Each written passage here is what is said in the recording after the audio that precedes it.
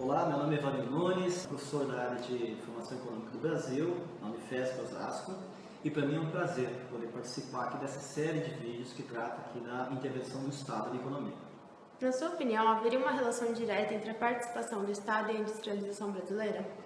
Olha, sim, podemos afirmar que sim, que há uma participação direta do Estado, pelo menos a partir de 1930, quando o Estado ele intervém de forma mais direta, não só na indústria, mas em outros setores da economia. Né? Com a crise de 29, fica evidente que aquele modelo liberal, né, completamente ao sabor do mercado, né, ele passa a ser questionado. Então, sim, o Estado passa a ter forte presença na economia, principalmente nos setores ligados a transportes, energia, enfim, ele passa sim a ter uma participação. Na sua opinião, qual o caso de participação do Estado brasileiro na economia o senhor destacaria como um dos mais importantes no período de 1930 a 1967?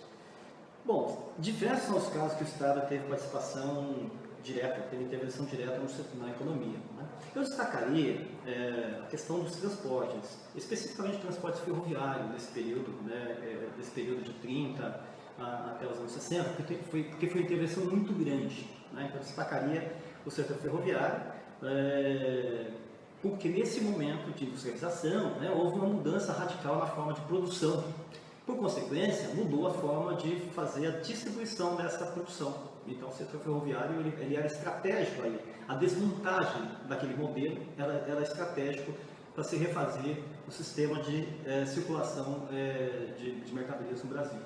Qual seria o principal problema que o Estado buscava solucionar com essa intervenção?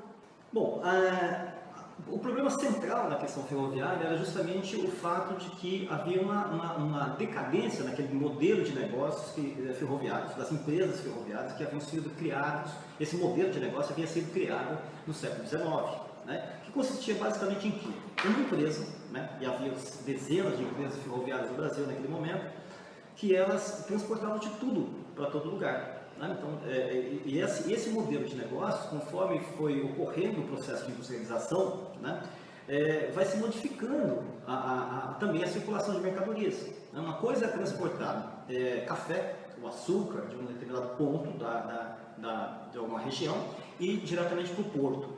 Há outro tipo de transporte completamente distinto, que ocorre no caso quando existe a industrialização, é que a produção fica localizada em poucos pontos, né? Ou seja, no caso das cidades onde tem indústria, e o consumidor ele é pulverizado em vários outros municípios, outras cidades. Então, o sistema ferroviário, aquele modelo de negócio ferroviário até então vigente, né? Ele não dava conta de concorrer com esse novo sistema de transportes que era o transporte rodoviário. Né? Então, essa é o grande gargalo aí que o Estado ele buscou solucionar. Né? E como ele fez isso basicamente? Por meio de intervenção, por meio de estatização de praticamente todo o setor ferroviário nacional.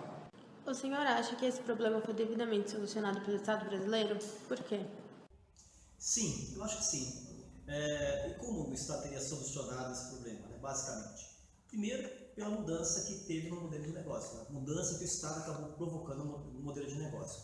Que mudança foi essa, basicamente? Primeiro, a erradicação de ramais, primeiro a estatização, né? Praticamente deixou de existir empresas privadas, ferroviárias privadas no Brasil. Né?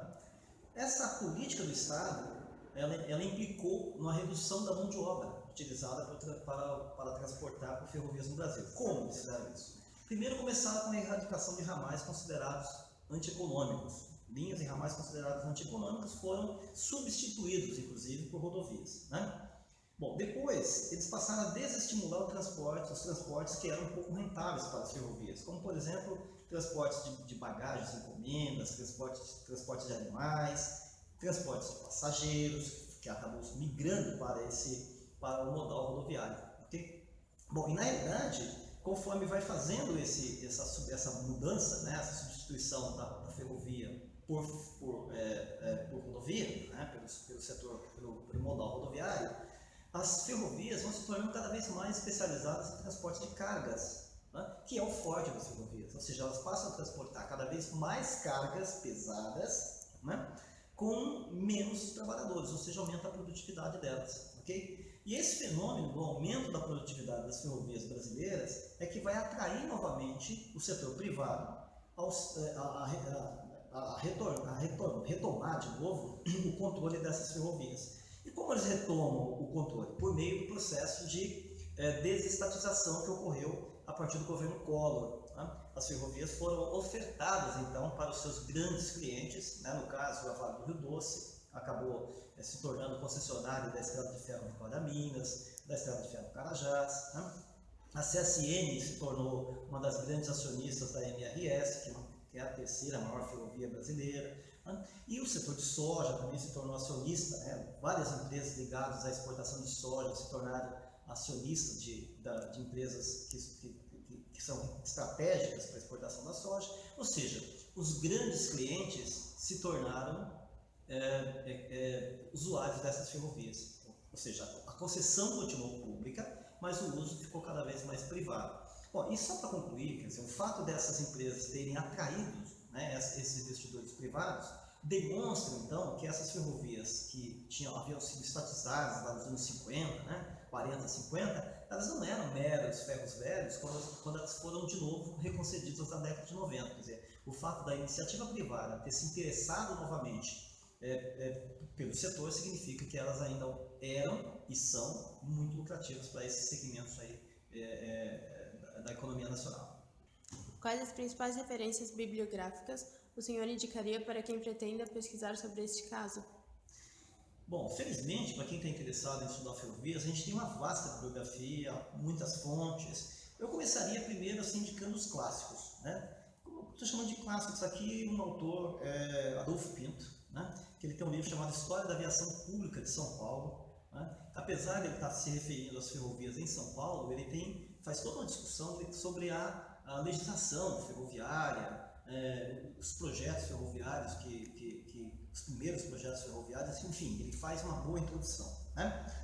Uma segunda geração de autores também que nós temos, que está na linha dos clássicos aí, seria o Odilon Nogueira de Matos e o Flávio Sais, que são dois autores muito conhecidos, né, que estudaram as ferrovias na década de 70. Né?